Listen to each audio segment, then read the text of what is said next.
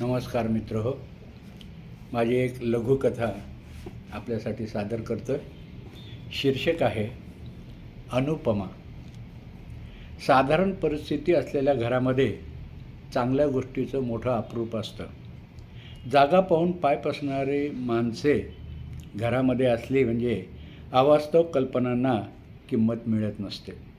आहे त्या परिस्थितीचं समाधान मानणारे जर अशा घरात राहत असतील तर हे असे घर झगमगाटापासून दिखाव्यापासून दूर असते। नेमक्या अशाच घरात अनुपमा राहत होती। दुसऱ्या कशाचीच उपमा तिला देता येत नाही म्हणूनच तिचं नाव अनुपमा ठेवलं होतं। एखाद्या श्रीमंताच्या घरात जन्मली असती तर किती लाडाकोडात वाढली असती ही अनुपमा। अनुपमाचे वडील बाबूराव शहरातल्या प्रख्यात डॉक्टरकडे कंपाऊंडर म्हणून गेली अनेक वर्षे काम करीत होते। डॉक्टरांनी जुन्या जमान्यातल्या आपल्या बाबूरावांना दूर केलं नव्हतं आणि नव्याने आकारास आलेल्या आधुनिक हॉस्पिटलमध्ये हा आपला जुना कंपाऊंडर मित्रासारखा त्यांनी जसाचा तसा सांभाळत आणला होता। ठेविले अनंते तसेच राहावे असे मानणारे बाबूराव डॉक्टरांनी दिलेल्या 2 रूमच्या घरात समाधान मिळवत होते। नव्या दवाखान्याच्या मागील बाजूस बाबूराव राहायला आले आणि इथूनच अनुपमाच्या आयुष्याला नवी कलाटणी मिळाली। डॉक्टरीनबाई श्रीमंतीत वाढलेल्या, मोठ्या मोठ्या लोकात वावरणाऱ्या, श्रीमंतीचा अभिमान त्यांच्या नसानसात भरलेला। डॉक्टर साहेबांनी पाळलेल्या बाबूराव आणि त्यांच्या कुटुंबावर त्या नाराज असायच्या आणि त्यात भर पडली ते बाबूराव नेमके त्यांच्या कंपाऊंडमध्येच राहायला आल्यापासून। हॉस्पिटल आणि घरात तसे काही अंतर नव्हते। अनुपमा येताच या घराचे रूप बदलून गेले। आपल्या लाघवी स्वभावाने दवाखान्यातील सगळ्यांशी तिचं छान मेतकूट जमलं। डॉक्टरांना मदत करणे हे तिचं आवडतं काम झालं। शाळेतले शिक्षण थांबल्यानंतर ती दवाखान्यातच रमली।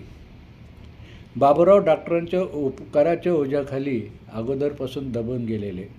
डॉक्टरांच्या घरून काही कामासाठी बोलावणे आले तर न चुकता जा असे त्यांनी घरी आपल्या बायकोला आणि मुलीला अनुपमाला सांगून ठेवलेलं होतं। डॉक्टरांची मुलगी मेघा अनुच्या रूपापुढे एकदम सामान्य, पण पैशाच्या जोरावर ती अनुपमावर नेहमी हुकूमत गाजवायची।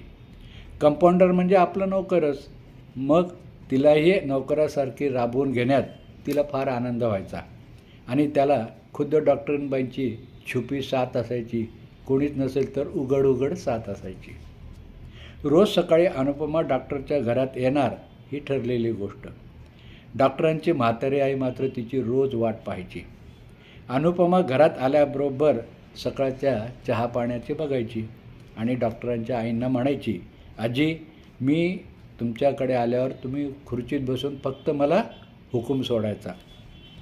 दवाखान्यात जाण्या अगोदर डॉक्टरांचा ब्रेकफास्ट अनु तयार ठेवायची आणि म्हणायची, डॉक्टर अंकल तुम्ही चला, मी आलीच तयार होऊन हॉस्पिटलमध्ये। अनुच्या या स्वभावावर डॉक्टर आणि डॉक्टरांची आई दोघी खूप खुश होत्या। आजी तर नेहमी म्हणायच्या, तू गेल्या जन्मी नक्की माझी पोरगी होतीस ग, असंच वाटतंय। त्याशिवाय का आपले हे ऋणानुबंध या जन्मात तू जुळवलेस। त्यांचे हे बोलणे न ऐकल्यासारखं करत अनु तिथून पळून जायची। डॉक्टरांना वाटायचे आपल्याला मुलगा असतं तर किती छान झालं असतं, या अनुपमाला आपली सून म्हणून मी केव्हाच घरात आणलं असतं। परंतु डॉक्टरीनबाई आणि मेघा यांच्यासाठी मात्र ही अनुपमा डोकेदुखीत झालेली होती। नोकराची कार्टी पण त्यांच्या घरामध्ये हक्काने वावरत होती। मेघाला तर अनुपमाच्या सुंदर रूपाचा मत्सर वाटायचा। आपण इतक्या भारीच्या साड्या वापरतो, फॅशनेबल ड्रेस घालून फिरतो, तरी देखील साध्यासुध्या साडीत सुंदर दिसणाऱ्या अनुपमाकडे का बघत असतील सगळे। आपल्या मैत्रिणी आल्यावर मध्येच येऊन अनुपमा आपला भाव कमी करेल याची भीती वाटून मेधा अनुपमाला कधीही मैत्रिणीसमोर येऊ देत नसे। मेधाच्या वाढदिवसाचे निमित्त साधून डॉक्टरीनबाईंनी एक पार्टी ठरवली होती। या संधीचा फायदा घेऊन आपली मेधा कुणाच्या पैसेवाल्याला पसंत पडेल आणि श्रीमंत जावयाच्या आपण सासूबाई होऊ या कल्पनेत डॉक्टरीणबाई रंगून गेल्या होत्या. वाढदिवसाच्या पार्टीच्या दिवशी बंगल्याचा झगमगाट काही आवरच होता. पार्टीची हिरोईन मेघा सगळीकडे मोठ्या दिमाखाने फिरत होती. शहरातली बडी मंडळी आवर्जून या पार्टीला उपस्थित. सगळं कसं डॉक्टरीणबाईंच्या प्लॅनप्रमाणे जुळून आलेलं होतं. हॉलमध्ये सगळं वातावरण पार्टीचं आणि कोपऱ्यातील एका खुर्चीत बसून डॉक्टरीणबाई जमलेल्या श्रीमंतातून कोणाचा मुलगा आणि कोणता मुलगा आपल्या मेघासाठी योग्य आहे का याचा विचार करीत बसल्या होत्या. त्याचवेळी हॉस्पिटलमधून डॉक्टर साहेबांचा फोन आला. अतिशय महत्त्वाचं ऑपरेशन आहे, मला वेळ लागेल, पण पार्टी मात्र थांबू नका. अनुपमाची आई स्वयंपाकघरात गुंतली होती, तर तिला या पार्टीत भाग घ्यायला मिळणे अशक्य होते. बाबूराव मात्र पाण्याचे रिकामे ग्लास भरून ठेवण्याचे काम करताना दिसत होते. एखाद्या नौकर माणसाला शोभेल असंच काम त्यांना दिलं होतं. थोड्या वेळाने डॉक्टरांची गाडी बाहेर थांबल्याचा आवाज आला तशा साऱ्यांच्या नजरा त्यांच्या येण्याकडे वळल्या. ऑपरेशनचा थकवा त्यांच्या चेहऱ्यावर दिसत होता, पण ते यशस्वी झाल्याचा आनंदही त्यांच्या हालचालीतून जाणवत होता. त्यांच्या पाठोपाठच नर्सच्या पांढऱ्या शुभ्र पोशाखात येणारी अनुपमा सगळ्यांना एखाद्या परीसारखी वाटत होती. किती छान, किती सुंदर दिसते, अशी हाय सोसायटी विशेषणे आपसुकपणे अनुपमाकडे फुलासारखी फेकली जात होती.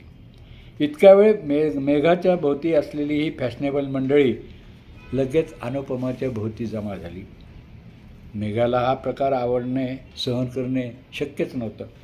पार्टी तिचीच होती आणि अशावेळी या अनुपमाला लोकांनी भाव देणं, या रागाच्या भरात तिला तिचा तोल गेला तर ते शोभणारं नव्हतं. पार्टीचा बेरंग झाला असता हे तिलाही कळत होतं. तरी पण मग मनातल्या मनात चरफडण्याशिवाय आता डॉक्टरीणबाई आणि त्यांची मुलगी मेघा काहीही करू शकत नव्हती. आता पुढची कथा दुसऱ्या भागामध्ये आपण ऐकूया. लगेच येईल तुमच्यापर्यंत हा दुसरा भागसुद्धा. हा पहिला भाग कसा वाटला प्रतिक्रिया जरूर